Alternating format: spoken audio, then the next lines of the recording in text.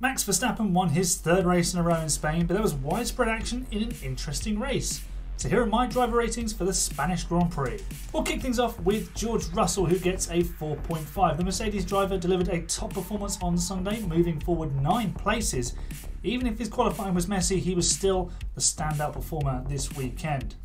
And that's because Max Verstappen gets a 4. He was dominant, but he was unchallenged. And I disliked his move in defence at turn 1, but then again, that is Max Verstappen. Lewis Hamilton also gets a 4. A quality mistake left him work to do in the race, but a smooth and impressive drive from Lewis delivered second place on the podium. Esteban Ocon is up next. He gets a 3.5. The Alpine driver only dropped places to Russell and Perez, who came through from unrepresentative qualifying positions. Lance Stroll gets a 3.5 in the Aston Martin as well. It was a solid qualifying from the Canadian and a solid race to deliver a decent result ahead of his teammate.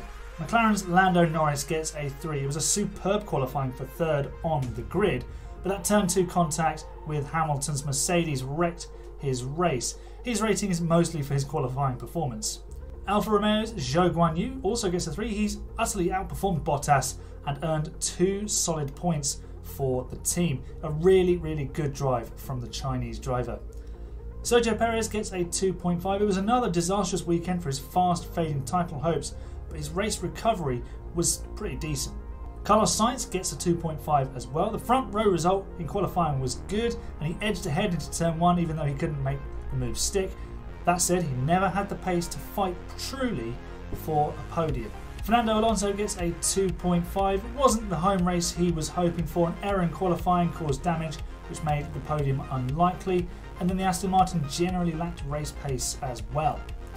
Pierre Gasly for Alpine gets a 2. 6 places he dropped on the grid from his 5th qualifying position, and that left his efforts wasted.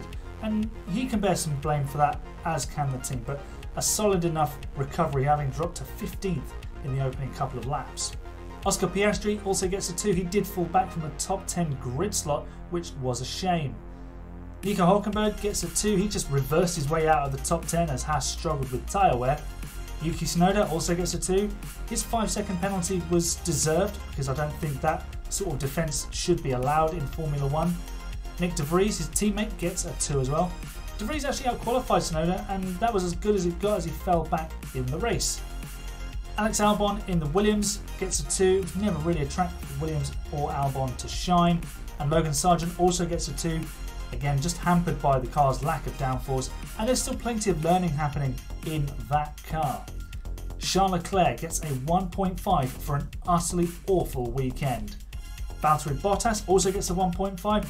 He's being used in his old Merc spoiler role at Alfa Romeo. Maybe Valtteri needs some porridge. And rounding off the ratings is Kevin Magnussen. He gets a 1.5. It was just a weekend to forget for the Dane. So there's my driver ratings for the Spanish Grand Prix, which leaves the top 10 looking like this. And the bottom half looks like this, where we still find both Ferrari drivers. Let me know what you think of my ratings and tell me which driver stood out most for you at the Spanish Grand Prix.